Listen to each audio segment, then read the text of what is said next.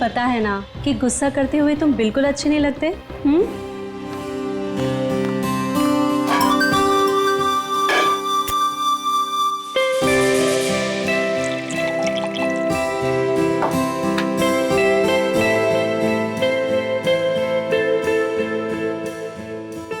दीपक, कल सुबह इगतपुरी जाने का मेरा कोई मूड नहीं है। माँ डार्लिंग, मूड तो हम लोग बनाने जा रहे हैं ना, तो मूड तो वहाँ जाकर बन ही जाएगा। क्या बात है, बड़े रोमांटिक हो रहे हो। अरे यही तो उम्र है रोमांटिक होने की। गोपी, गोपी। जी मैम साहब। गोपी, चाय के साथ थोड़ी सी बिस्किट भी ले आना। जी मैम साहब।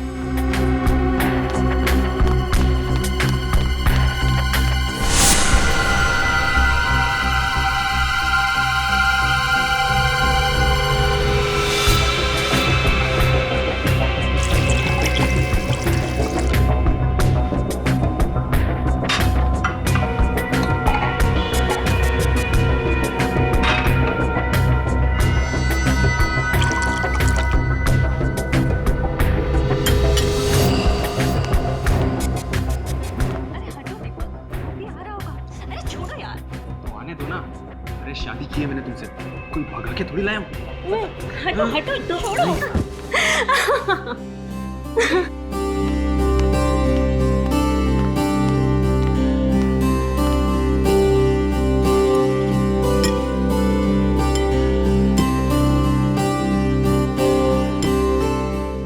गोपी, तुम्हारी इलायची वाली चाय का तो कोई जवाब ही नहीं, और तुम्हारी जैसी चाय ना दुनिया में कोई नहीं बना सकता।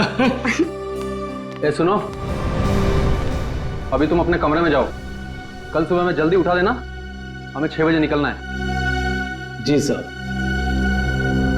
जाओ।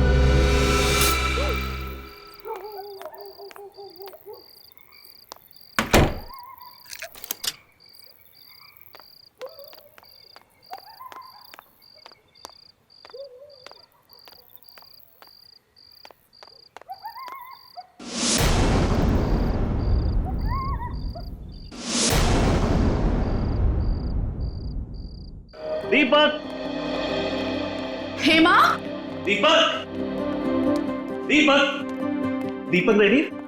नहीं साहब, अभी तक तो वो लोग सो रहे हैं। क्या? हमें 6 बजे बुला के खुद सो रहा है?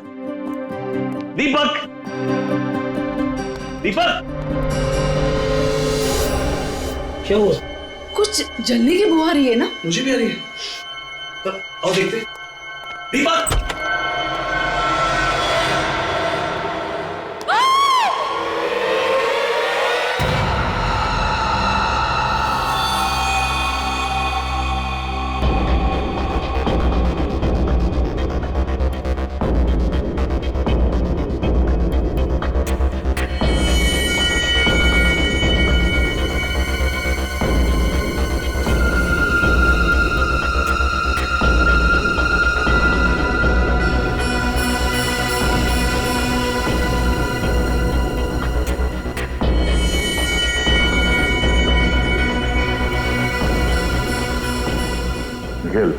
सर, जरा उस सर्वेंट गोपी को बुलाओ। सर।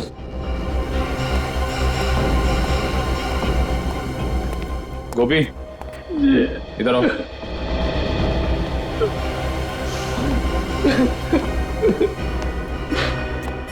सुनो, जरा अंदर चलो।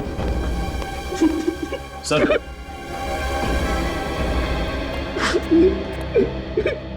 गोपी, कल रात जब यहाँ पे आग लगी तब तुम कहाँ थे? सर, अपने कमरे में सो रहा था। तुम सो रहे थे? तुम्हारे साहब और मेम साहब यहाँ पे चीख रहे थे, चिल्ला रहे थे, और तुम खर्राटे मार रहे थे। ऐसी कौन सी नींद है तुम्हारी जो इनके चीखने पे या आग के धुएं से नहीं खुली? अरे नहीं सर, हमारा कमरा वहाँ नीचे है ना, वहाँ धुआं नहीं पहुंचा, इसलिए। मगर चीखे तो पहुंची होंगी ना? कान में रुई डाल के सो रहे थे क्या? अरे नहीं सर, चीखें नहीं सुनाई थी। नहीं भाग के ना अपने साहब को बचाता ना, वो तो थोड़ी सी पी ली।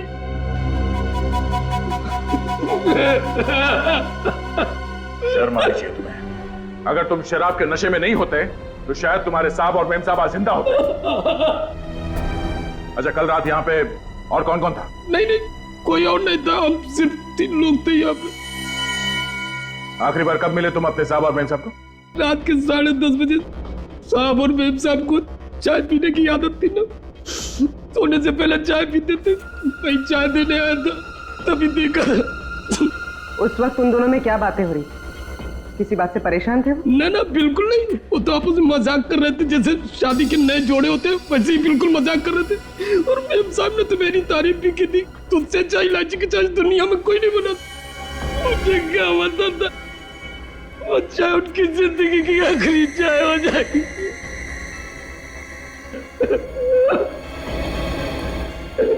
कमाल है, इस कमरे में आग लगी पर पलंग और गद्दे के अलावा यहाँ पे और कुछ नहीं जला।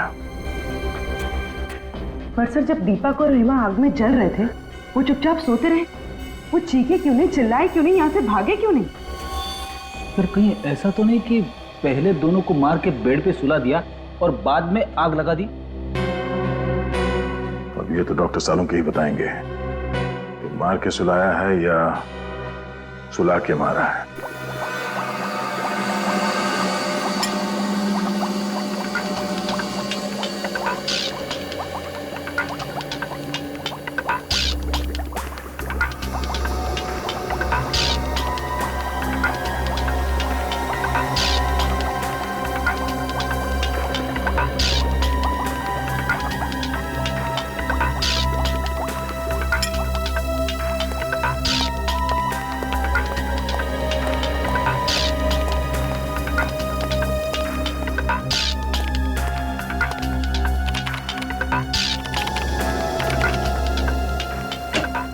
हाँ अभिजीत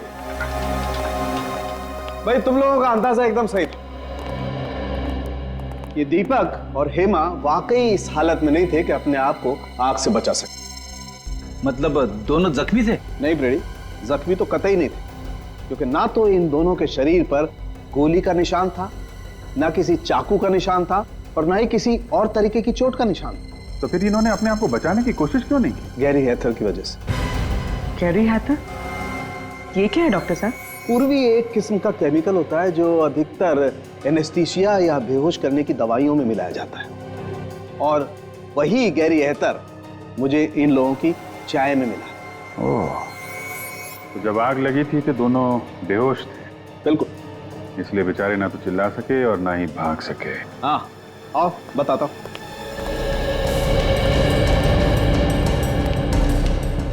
ये देखो, टेबल लैंप के इस वायर को शॉर्ट किया गया। अब जैसे ही ये टेबल लैंप जला होगा, ये वायर धीरे धीरे गर्म होना शुरू हुआ होगा, और इतना गर्म हो गया होगा कि इसमें स्पार्क हुआ होगा, और उस स्पार्क की वजह से आग लग गई होगी। ओह, तो आग इससे लगी है? ये तो तुम लोग पता करो। आग कैसे भी लगी हो डॉक्टर साहब, लेकिन ये तो पक्का है कि दोनों का खून हुआ है। एक मर्डर है। खूनी को मालूम था कि दोनों रात में सोने से पहले चाय पीते, इसलिए चाय में उसने बेहोशी की दवा मिला दी और दोनों को बेहोश कर दिया। कुछ देर के बाद शॉर्ट सर्किट हुआ और आग लग गई। सर, घर का नौकर गोपी कह रहा था कि रात को 10:30 बजे चाय देने के बाद वो अपने कमरे में सोने चला गया था। रात को मेन गेट उसी ने बंद किया और फिर सुबह उसी ने खोला। सर, तो कहीं ये सब गोपी ने तो नहीं किया? हो सकता है। मुझे लग रहा है कि ये काम अकेले गोपी के बस का नहीं है, कोई और भी है जो इसके साथ मिला हुआ है। पहले एक काम करते हैं, दीपक और हेमा, इनकी पूरी डिटेल्स निकालते हैं, इनकी पूरी हिस्ट्री। जी हाँ, वो सारी डिटेल्स मुझे जल्दी से जल्दी चाहिए। थैंक यू सर, ये रही दीपक की जन्म कुंडली। Very good. पिछले 6 महीनों में उस पर 2 बार हमला हो चुका है, पर किस्मत से वो दोनों बार बच निकला। और दोनों बार जब इस पे हमला हुआ तो ये मीटिंग के लिए अकेला जा रहा था। सर, अगर ये कोई बिजनेस से रिलेटेड दुश्मनी होती फिर तो उसे दीपक के पार्टनर मनीष को भी अपना निशाना बनाना चाहिए। सिर्फ दीपक ही क्यों? वही तो हैरानी की बात है सर। ये दीपक और मनीष हमेशा साथ साथ जाते थे मीटिंग करने के लिए, पर जिन 2 दिनों में दीपक पे हमला हुआ, 7 मार्च और 14 मई को, तब मनीष उसके साथ नहीं था। मनीष कैसे साथ होता? दीपक की मौत से सबसे ज्यादा फायदा होगा मनीष को,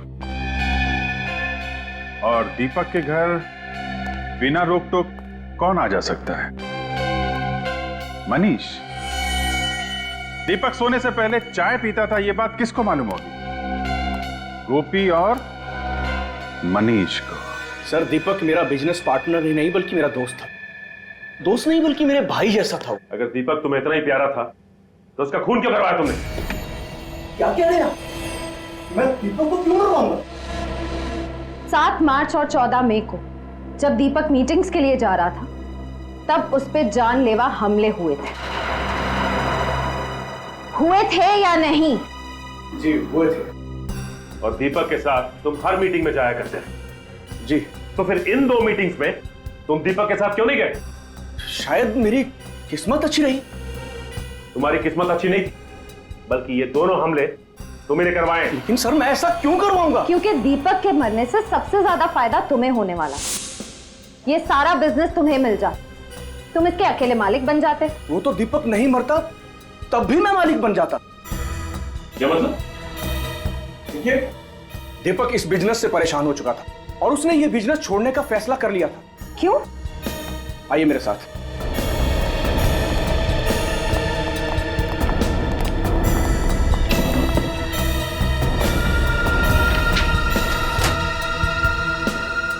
दीपक बिजनेस इनकी वजह से छोड़ रहा था।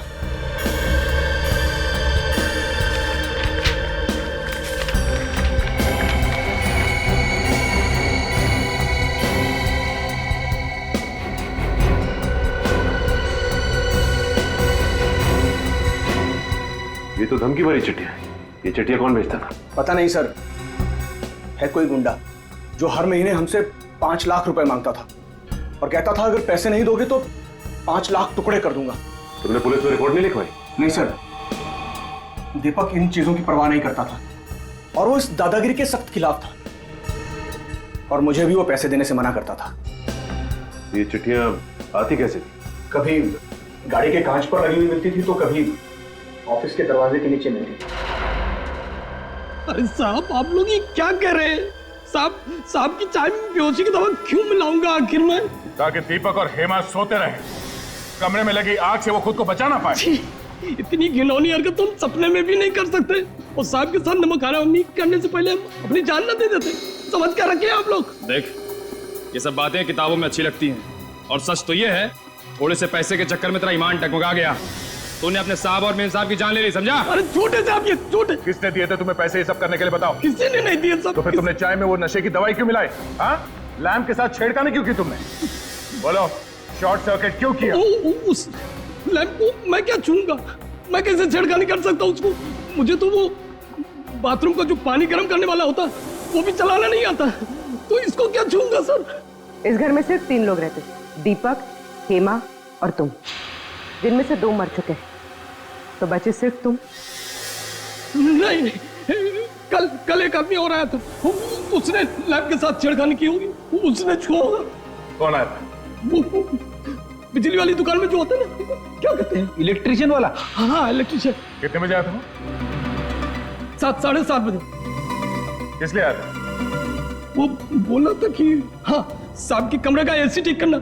अच्छा, तुमने बुलाया था उसे? नहीं, मैंने नहीं बुलाया था। तो फिर किसने बुलाया? साहब ने बुलाया होगा। तुमने उसे यहाँ से बाहर जाते हुए देखा? नहीं साहब, वो उस समय तुम्हें किचन में था, कब चला गया पता ही नहीं चला। इसका मतलब सर, वो इसी घर में कहीं छुपा हुआ था। हाँ, और उसी ने मौका मिलते चाय में नशीली दवाई मिलाई और स्लैम का शॉर्ट सर्किट कर दिया। मिल गया। 59 गीता मार्ग, बलवंत नगर। हाँ सर, इस एड्रेस पर कल हमारा इलेक्ट्रिशियन गोपाल गया था सर। गोपाल को बुलाओ। मगर आज तो काम पर आया नहीं सर। तो फोन करके जल्दी बुलाओ उसे, जरूरी बात करनी है। सर, मैं सुबह से कई बार ट्राई कर चुका हूँ, लेकिन उसका फोन स्विच ऑफ आ रहा है। लगता है उस बेचारे की तबीयत ठीक नहीं है। बेचारा? कोई बेचारा नहीं है वो। 2 फोन किया उसने। क्या? कौन? मैंने तो उसे 3 दिन पहले काम पर रखा था सर। इस चक्कर में मैं तो नहीं फंस जाऊंगा ना? उम्मीद करो कि गोपाल जल्दी मिल जाए, वरना फंस भी सकते हो। तुम्हारे पास उसकी कोई फोटो वोटो है? वाह, बिना फोटो या बिना आई कार्ड के तुमने किसी को भी ऐसे ही काम पे रख लिया? नहीं सर, मैंने तो आईडी कार्ड मांगा था। उसने कहा कि गांव में भूल गया हूँ, अगले हफ्ते उसका भाई आया तो लेके आएगा। उसका चेहरा तो याद है ना तुम्हें? हाँ सर, बहुत अच्छी तरह। उसका स्केच बनवाओ हमारे लिए। पता तो चलिए गोपाल कहां कहां शॉर्ट सर्किट करता फिर रहा है।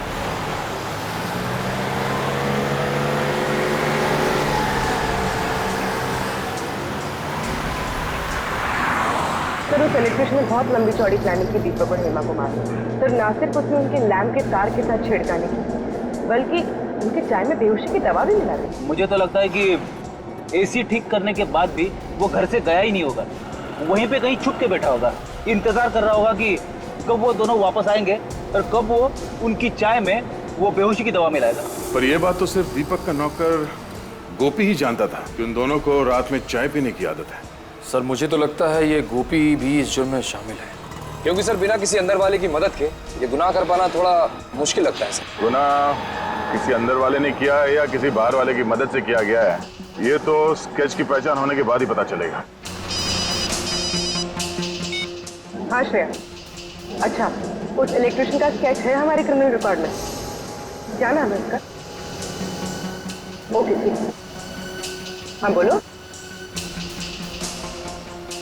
अच्छा ठीक है सर, वो इलेक्ट्रिशियन गोपाल एक तनुज नाम का पुराना मंझा हुआ अपराधी। तनुज? और वो धमकी भरे खत, उसका कुछ पता चला? हाँ सर, उन पे लगे हुए इंग्लिश के निशान बताते कि वो रंगा नाम के मुजरिम थे।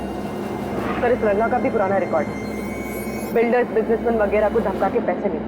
तब ये तनुज रंगा के लिए काम कर रहा है। और सर रंगा ने शायद उन दोनों को इसीलिए मरवा दिया क्योंकि दीपक ने उसे पैसे देने से इनकार कर दिया। लेकिन सर हम इस रंगा तक पहुंचेंगे कैसे, क्योंकि हमारे पास इसका कुछ अता पता भी नहीं है। निखिल, चूहे को बिल से बाहर निकालने का सबसे अच्छा तरीका क्या है जानते हो? क्या है सर? चूहे के बिल के बाहर रोटी का टुकड़ा फेंको और आराम से बैठ के तमाशा देखो। इस रंगा नाम के चूहे को बाहर निकालने के लिए रोटी खिलाएगा मनीष, दीपक का पार्टनर मनीष।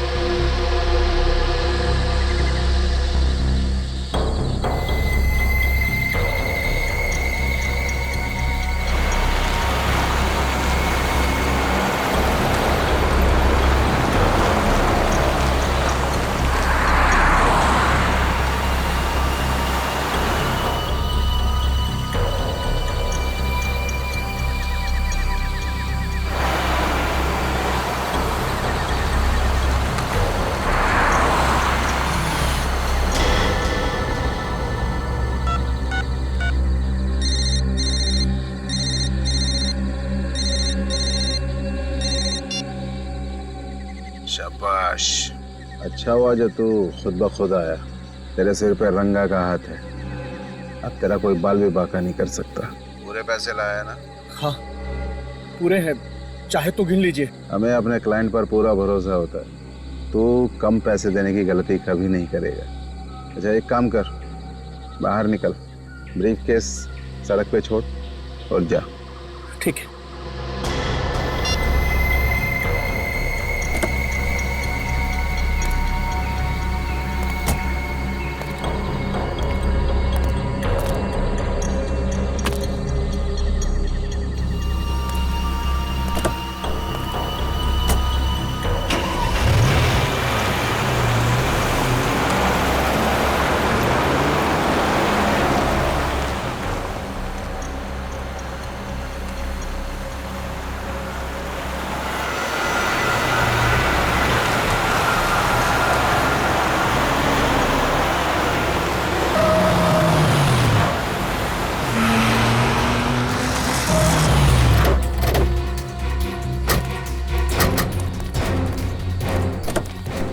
निकल। सीआईडी धोखा किया उसने मेरे साथ, छोड़ूंगा नहीं मैं उसको। सीआईडी के सामने धमकी देता है। विनीत, गाड़ी में से बैग निकालो। जाने दो मुझे, रंगा नाम है मेरा, रंगा। मेरा नाम से ही पत्ते थर थर कांपते हैं। और मेरा नाम दया है, मेरा नाम सुन के मुजरिम सूखे पत्ते बन जाते हैं। साहब मुझे माफ कर दो साहब, अब शेर है, मैं चूहा हूँ साहब, मेरा आपका मुकाबला है साहब। दीपक को क्यों मारा? दीपक को मैंने नहीं मारा साहब, मैं दीपक को क्यों मारूंगा साहब? क्योंकि उसने तुम्हें पैसे देने से इनकार कर दिया था। उसके मरने के बाद भी मुझे पैसा कहाँ मिला? साहब मैं तो छोटा मोटा गुंडा हूँ, तो छोटी मोटी धमकी देता हूँ, पैसे ऐंठता हूँ साहब। खून करने की तो मैं सोच भी नहीं सकता साहब। झूठ मत बोल। तू जानता था कि दीपक को मारने से बाकी बिजनेस वालों के दिलों में तुम्हारे नाम का डर बैठ जाएगा, इसलिए तुमने अपने साथी तनुज को वहां भेजा इलेक्ट्रिशियन बना के। सोच समझ के लंबी चौड़ी प्लानिंग की थी तुमने खून करने की, क्यों? मगर साहब तनुज अब मेरे साथ काम नहीं करता। एक महीना हो गया उसे मेरी गैंग छोड़े हुए। तो फिर ये तनुज किसके साथ काम करता है? मुझे नहीं पता साहब। हाँ, वो कह रहा था कि वो अपनी खुद की गैंग बनाएगा साहब। कहीं इस दीपक की मौत के पीछे इस तनुज की गैंग का हाथ तो नहीं है?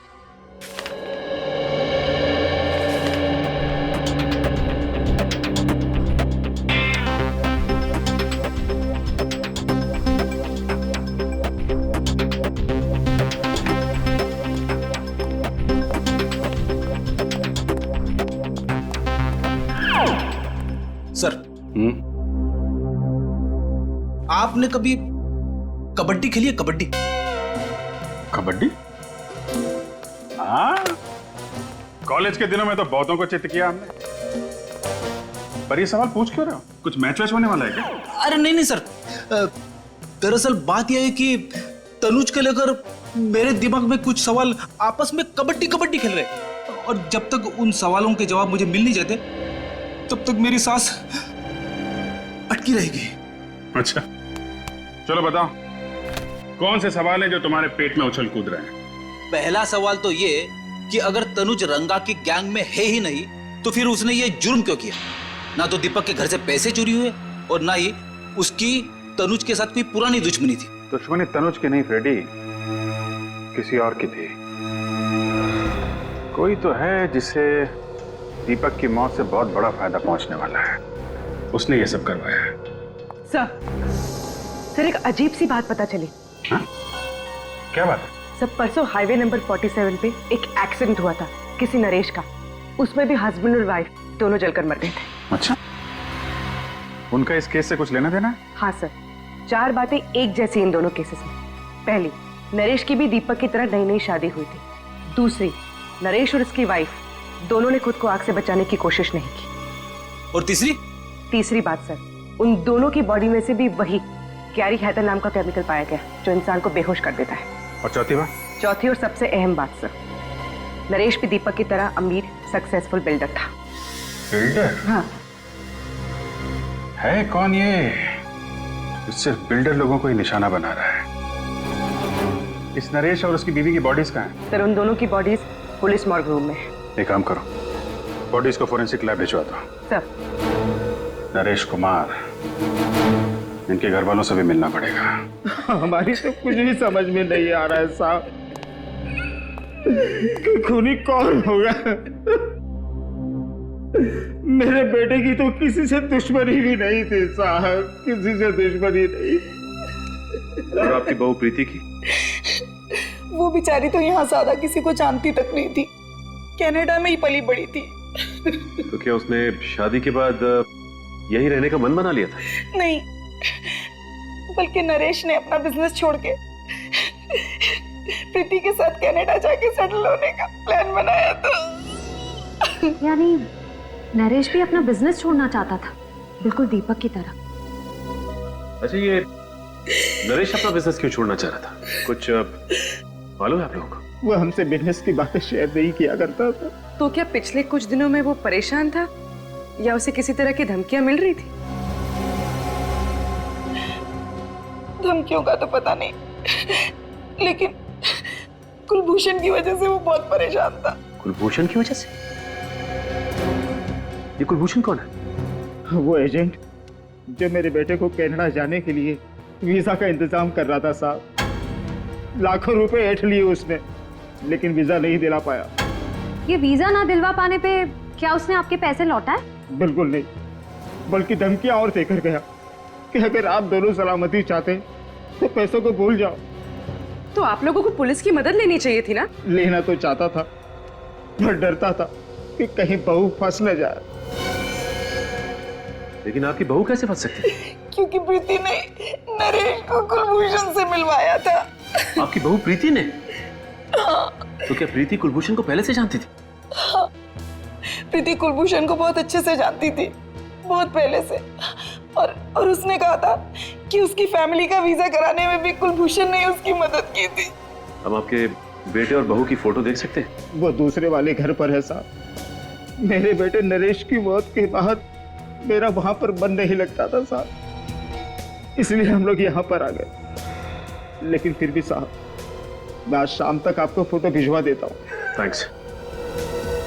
लगता है हमें भी कनाडा का वीजा लेना पड़ेगा इस कुलभूषण से।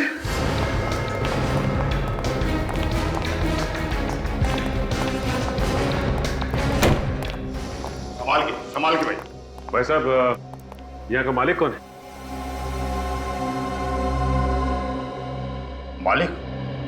मालिक तो आपके सामने खड़ा है। तो आप हैं कुलभूषण? कुलभूषण मेरा किराएदार था जी, आज ही दुकान खाली करके चला गया। कुलभूषण चला गया? अरे चला क्या गया जी, मैंने उसे निकाल दिया। बहुत शिकायत थी उसके खिलाफ कि वो शराफत की आड़ में बहुत गैरकानूनी काम करता है। भाई साहब, ठीक तरह से निकालिए, कभी भी आ जाएगा, कहेगा मेरा फोटो खराब कर दिया। भाई साहब, ये बताइए कि आपके पास उसकी फोटो तो होगी ना? फोटो तो मेरे पास है, और मैं आपको क्यों दिखाऊं? क्यों? देखिए, हम लोग सीआईडी से, और हमें शक है कि कुलभूषण का हाथ दीपक नाम के बिल्डर के खून में भी। वो दीपक कुमार जो 2 दिन पहले अपने घर में जलकर मर गया था? जी हाँ, हम उसी की बात कर रहे हैं। एक मिनट। ये वो एग्रीमेंट है जिससे दुकान को मैंने किराए पर दिया था। मैं उससे सिग्नेचर करवाने लाया था, उसका फोटो इसमें है, देखिए।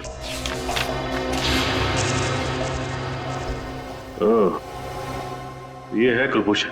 सर, लगता है ये दीपक भी इस कुलभूषण के चंगुल में फंस गया था, विदेश जाने के लालच में। अब दीपक के परिवार वाले ही बताएंगे इस कुलभूषण का इतिहास।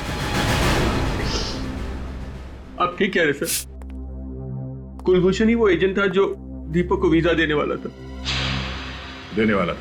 मतलब वीजा दिया नहीं?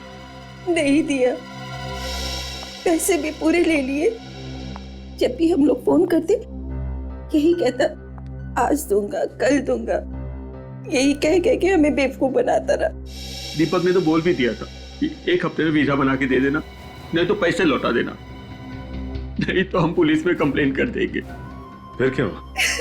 हमने अपना बेटा खो दिया। अच्छा, अब दीपक को धमकी वाली चिट्ठियां आती थी, इसके बारे में कुछ मालूम है आप लोगों को? नहीं, दीपक ने इसके बारे में कुछ नहीं बताया हमें। अच्छा, इस कुलभूषण को कैसे जानते थे आप लोग? हम नहीं जानते थे, हमारी बहू हेमा अच्छी तरह से जानती थी, उसी ने हमें मिलवाया था। पर हेमा तो बाहर पली बड़ी है, तो वो कुलभूषण को कैसे जानती थी? मुझे नहीं मालूम। नरेश को कुलभूषण से मिलवाया उसकी बीवी प्रीति ने, और दीपक को मिलवाया हेमा ने। और सर, हेमा और प्रीति दोनों ही कुलभूषण को अच्छी तरह से जानती थी, विदेश में पली बड़ी होने के बावजूद। लगता है प्रीति और हेमा दोनों का आपस में कोई ना कोई कनेक्शन है।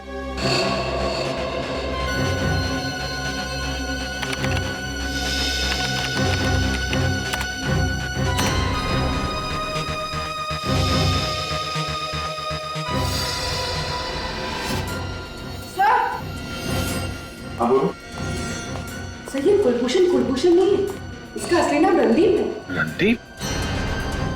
ओह, ये तो पुराना पापी है। इतने सारे केसेस है इसके ऊपर, 420 के। हाँ सर, ज्यादातर घपले इसने लोगों को विदेश ले जाने का झांसा देकर किए हैं। अमेरिका, इंग्लैंड, कनाडा, ऑस्ट्रेलिया का परमानेंट वीजा दिलवाने का झूठा वादा करके ये लोगों से लाखों रुपए ऐंठता था। और इसके आखिरी 2 शिकार थे दीपक और नरेश। मगर सर, इस रणदीप ने तो कई सारे लोगों को चुना लगाया होगा, तो फिर इसने दीपक और नरेश की जान क्यों ली? शायद उन दोनों को रणदीप की असलियत के बारे में पता चल गया होगा, इसलिए रणदीप ने तनुज की मदद से दोनों को रास्ते से हटा दिया। सर, इसमें यह भी लिखा है कि ये रणदीप शादियां भी करवाता था, अमीर परिवारों के लड़कों के लिए एनआरआई बहुएं भी लाता था। अच्छा, एनआरआई शादियां? ये इस रणदीप की एक और तरकीब होगी लोगों को फंसाने की। सर, लगता है ये रणदीप उन्हीं लोगों को अपने जाल में फंसाता होगा जिन्हें या तो विदेश जाने का चस्का है या फिर विदेश में रहने वाले भारतीय लोगों से शादी करने का। हम मगर हेमा इस रणदीप की इतनी तारीफ क्यों कर रही थी?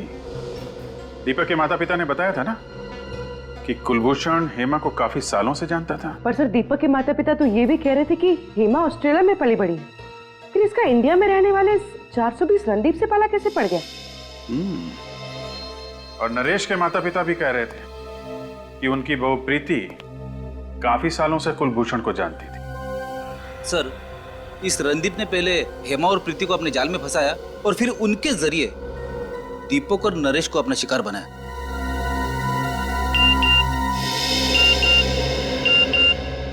नरेश के पिता का एमएमएस, हमने उनसे प्रीति की फोटो मंगवाई थी ना, शायद वही होगा। हाँ सर, ये प्रीति है। सर ये तो हेमा है। ये इसका मतलब हेमा और प्रीति दोनों एक ही हैं। ये क्या चक्कर है? इन दोनों लाशों के ब्लड में तो मुझे इस बीमारी के लक्षण दिखाई दिए, लेकिन इस हेमा की आंखों में मुझे इस बीमारी का जरा भी कोई लक्षण दिखाई नहीं दिया। सर, अगर हेमा जिंदा है तो फिर वो गई कहां? और अगर ये लाश हेमा की नहीं है तो फिर है किसकी?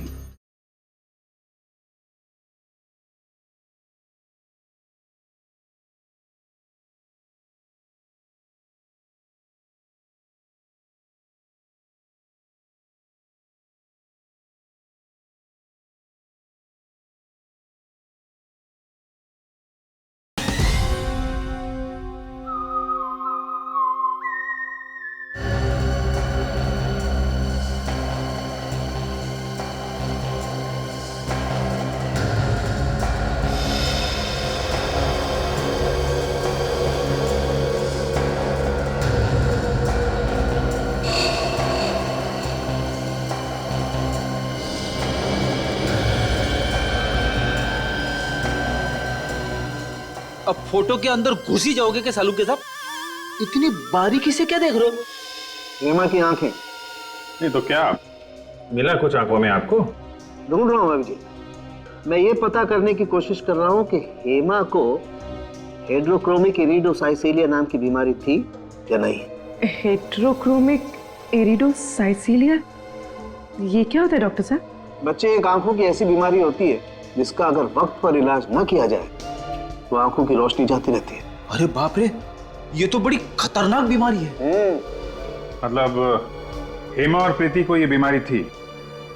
अभिजीत, इन दोनों लाशों के ब्लड में तो मुझे इस बीमारी के लक्षण दिखाई दिए, लेकिन इस हेमा की आंखों में मुझे इस बीमारी का जरा भी कोई लक्षण दिखाई नहीं दिया। इसका मतलब इन दोनों लाशों में हेमा नहीं है ना। हेमा की जगह किसी और को लाके जला दिया गया है। सर, अगर हेमा जिंदा है तो फिर वो गई कहां? और अगर ये लाश हेमा की नहीं है तो फिर है किसकी? सभी अस्पतालों से उन मरीजों की लिस्ट निकालो जिन्हें ये आंख वाली बीमारी थी, फिर देखते हैं उनमें से कौन कौन गायब है। पर आप लोगों को इस हेड्रोक्रोमिक इरिडोसाइसिलिया के मरीजों की लिस्ट चाहिए क्यों? केस सॉल्व करने के लिए। हम लोग सीआईडी से। ओह, एक मिनट। बहुत रेयर बीमारी है ये सर, बहुत कम लोगों को होती है। ये है उन मरीजों के नाम। तो कम से कम 50 नाम है। श्रेया, कम करो, मिसिंग पर्संस ब्यूरो की लिस्ट निकालो और देखो इन मरीजों में कोई है क्या।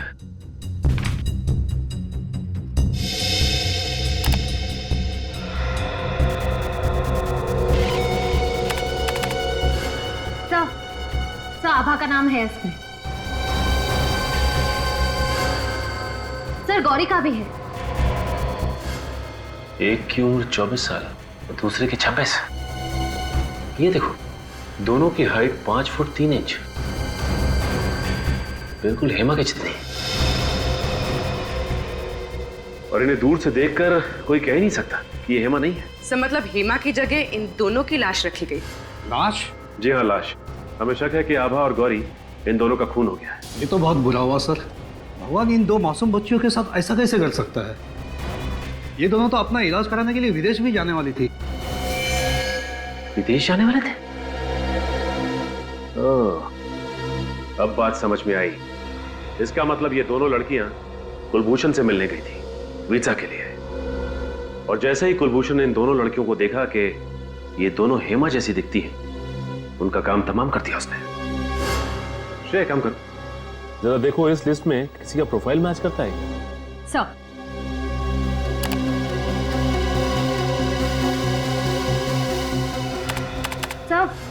सर है, ये पूनम इसकी प्रोफाइल हेमा के प्रोफाइल से मैच करती है। तो इसका मतलब पूनम की जान भी खतरे में है।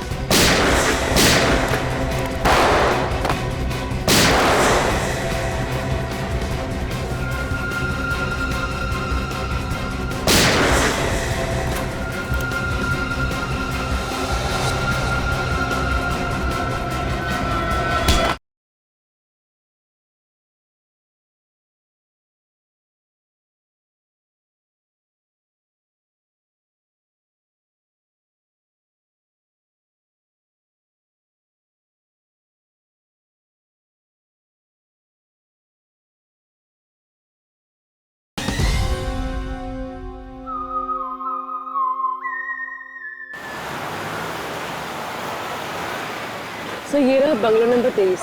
सर पूनम यहीं रहती है।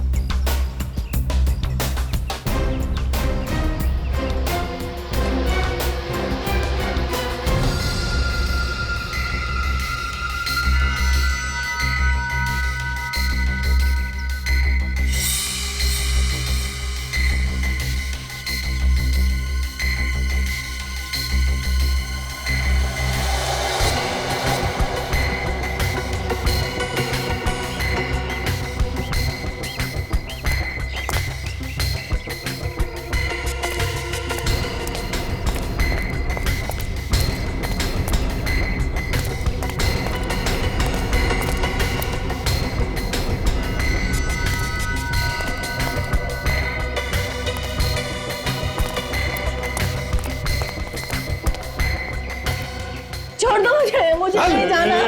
प्लीज मुझे छोड़ दो, मुझे नहीं जाना कहीं। छोड़ दो। तो रणदीप और तनुज है।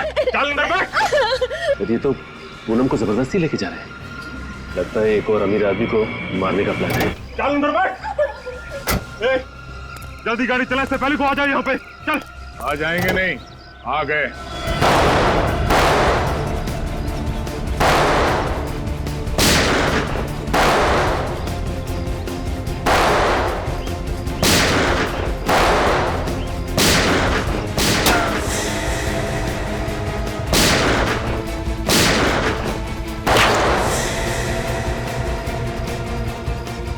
विनीत, कवर करो मुझे। Yes sir.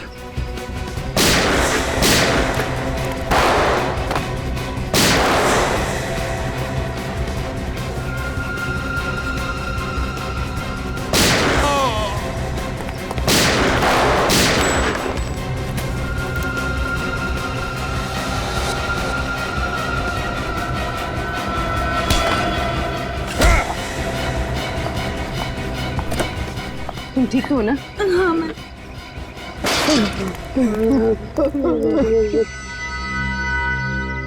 मेरी भतीजी वो चुन चुन कर अमीर लोगों को फंसाकर शादी करते और मैं उन्हें वीजा का लालच देकर लाखों रुपए ऐंठ लेता था। और जब तुम लोगों को महसूस हुआ कि ये मुर्गी और सोने के अंडे नहीं देगी, तो तुम लोगों ने दो खून कर दिए, एक लड़के का और उन मासूम बेचारी लड़कियों का जिन्हें आंखों की बीमारी है। हाँ?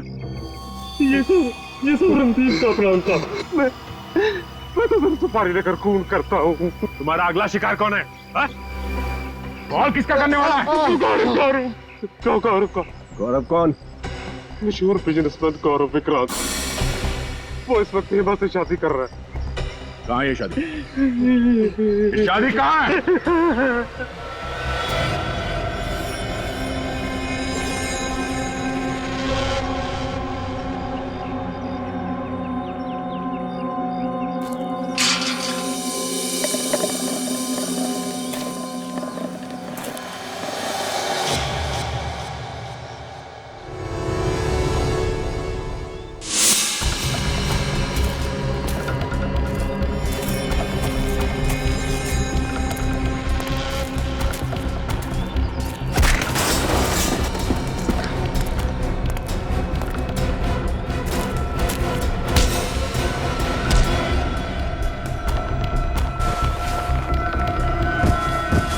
जिस पल का मुझे बहुत दिनों से इंतजार था, आज वो पल आ गया है तनिषा।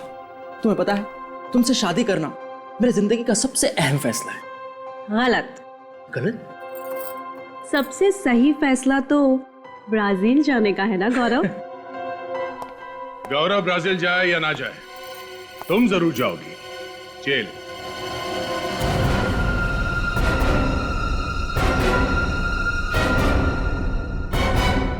जेल?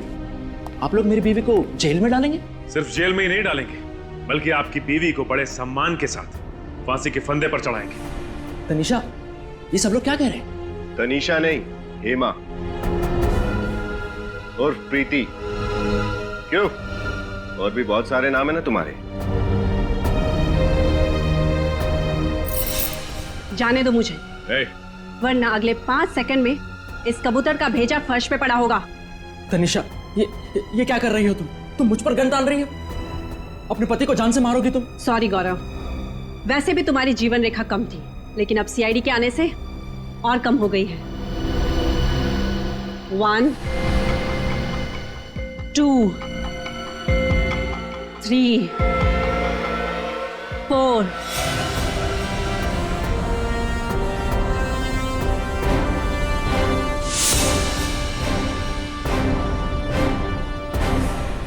जाने दो मुझे।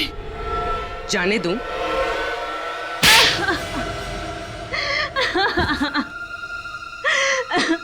हम जानबूझकर वही परिवार ढूंढते जिन्हें एनआरआई बहू चाहिए थी, और फिर उन परिवारों का विश्वास जीतकर उनके साथ विश्वासघात करते हो तुम लोग। मैं चाचा जी को कुलभूषण बनाकर अपने ससुराल वालों से मिलवाती और खुद एक अच्छी बहू बनने का नाटक करती रहती। शादी जैसे पवित्र बंधन का गलत इस्तेमाल करके तुमने बहुत ही भयानक गुनाह किया है। तुम्हें तो फांसी ही होगी।